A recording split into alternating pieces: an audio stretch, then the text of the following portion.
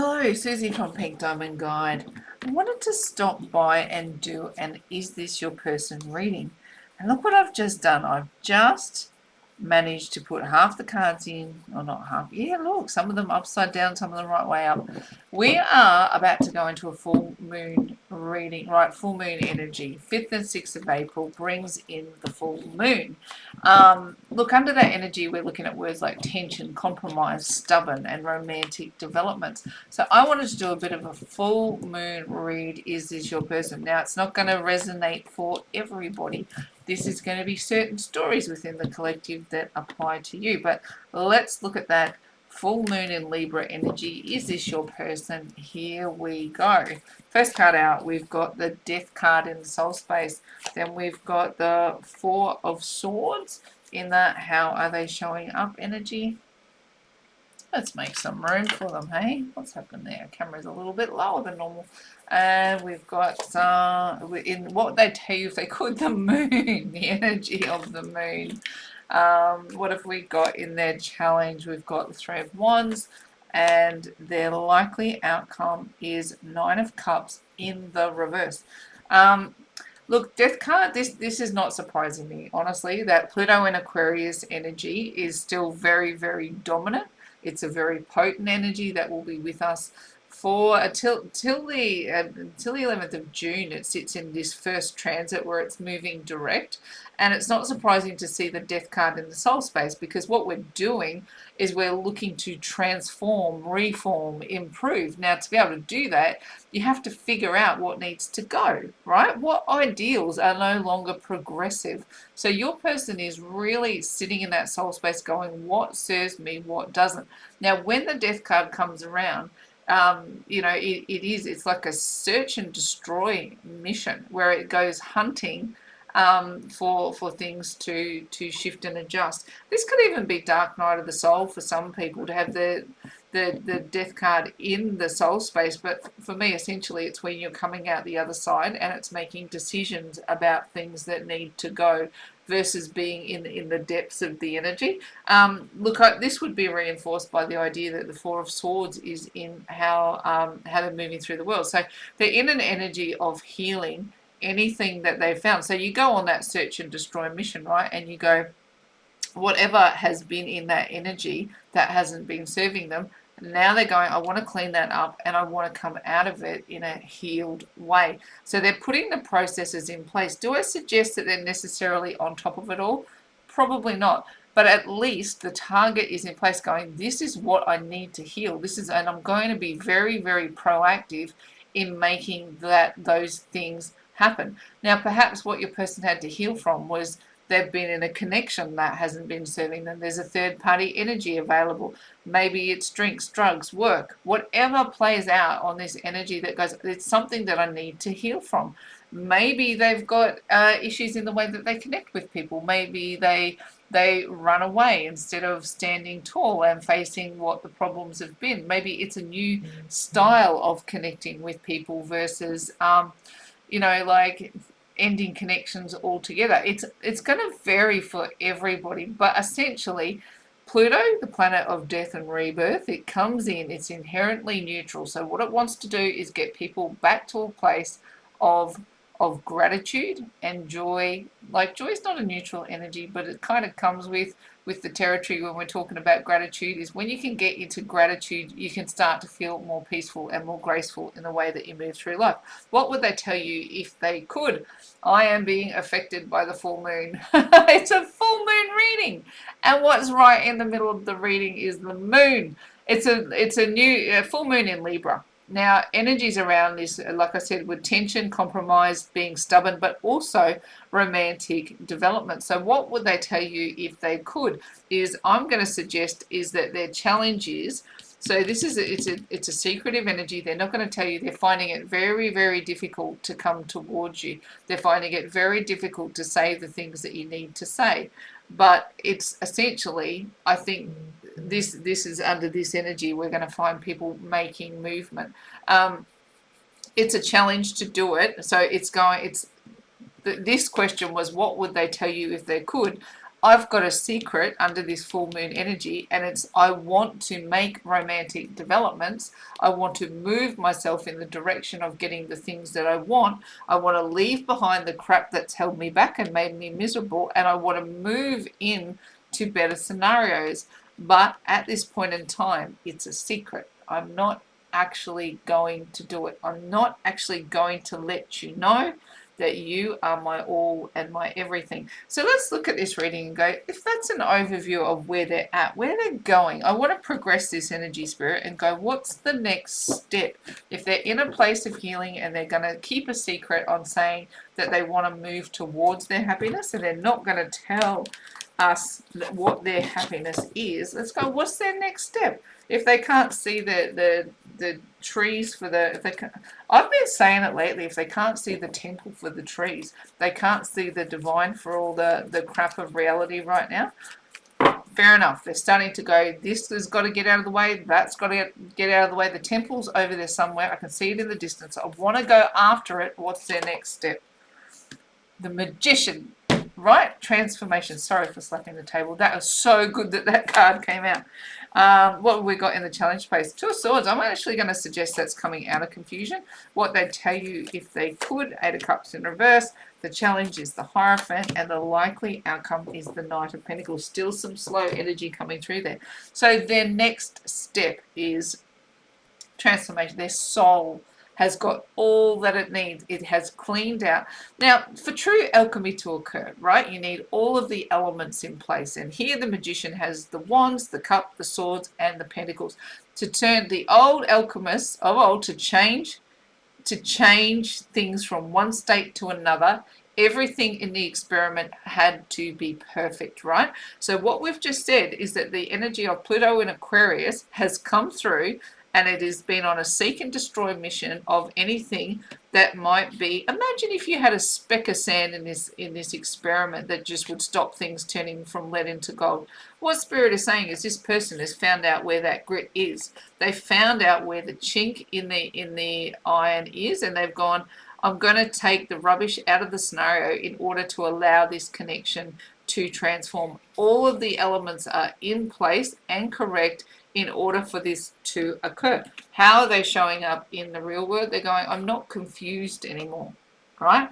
Two of Swords in the upright, what we're doing is we're going where you might have opposing ideals or you might have confusing thoughts, and Spirit's going, please trust your intuition. This could be an angel and a devil on your shoulder. Just listen to the divine. And over here it's going, I'm not confused anymore, right? See how these two swords now come to a point, even though, I mean, the apex is probably, this point here, and they're moving through the apex to the next level of information. Here, you imagine that you're lying down and you're meditating there, right? And your eyes are shut and you're deeply within contemplation in this healing space, and Spirit's going, this information is actually coming to an apex of truth. I'm not confused anymore. What would they tell you if they could? I'm sorry for walking away. Right? This is the energy of somebody walking away, moving to an horizon that they thought the grass was greener somewhere else, or they thought that exploring their other options made sense at the time. Perhaps, look, I've got this feeling that the way they were viewing you was if you didn't have enough to bring to the table, right? As if they were being asked to carry a load and thinking that you were doing your bit. When you were really doing the best you could to reach them, but they weren't on the same page as you. They weren't vibrating on the same frequency as you, and it could have felt like you come across as needy or that you were asking too much from them. And now in hindsight, they're going, I'm really sorry I walked away from that. I wasn't ready for it. I didn't understand it. And now it's my secret. What I would tell you if I could is that I'm sorry I walked away. What my challenge is now, look at this. Isn't this cool? My challenge is to show you how much wisdom I've come into, what I know and what I understand, and that I might be struggling to come towards you at the moment is because I'm trying to really affirm to myself what it is that I know and understand to be true. I've come into a level of wisdom, but how do I actually move with that? Now, the Knight of Pentacles comes in to say you just get up and you try, right? The Knight of Pentacles, it's a bubble I'm keen to burst, particularly around the divine twin flame community, is that when you come back into union with your divine counterpart, that it's meant to be all bliss and bubbles and fantasy and unicorns and rainbows. It's not. Coming back into union with someone is about knowing that you've done the work inside of you and you're holding a frequency that is connected to the divine and connected to unconditional love, and that when you're in connection with this person, that you're going to be able to move forward in a manner that's conducive to the frequency, the vibration of unconditional love. And that is a condition of work. It is. It's not fluff and nonsense. It's not suddenly you come into a place where the struggles of the world cease to exist. Not at all. What it is going, you know what to do with those energies when they come towards you. You know how to stay in a space of reverence to the person that is your person, right? And it is a reverence that you hold for them. It's not asking them to be reverent. It's not asking them to be perfect at all. It's understanding that you both have a role to play in the divine story. And that nobody gets there. Nobody gets there without this level of work of getting up every single day and putting effort in towards this level of transformation, the most divine version of transformation that we know about. Let's get another level of energy on these cards and see what we can figure out. Oh, just give me a second there. Move and adjust. I thought these were ready to go. They were hiding. Oh, love is in hiding. They're keeping a secret. Because these are the most fluffy cards I've got as far as I'm concerned. They have the most fluffy messages. So if we're getting challenging messages in these, we know we have to listen to them. All right, what have we got? A few of them went reverse then, so let's see how they play out. We have got, it is safe for you to love. We have got new love. We have got forgiving and learning, right? We've got this could be the one, and our final message is you deserve love, right? So all of these messages coming out feel very, very positive, and this is what I've got around your person, true transformation, right? They've moved from a place where they feel like love is, it asks, whoever your person is, it feels like they sit in an avoidant energy where asking love of them is too much, right?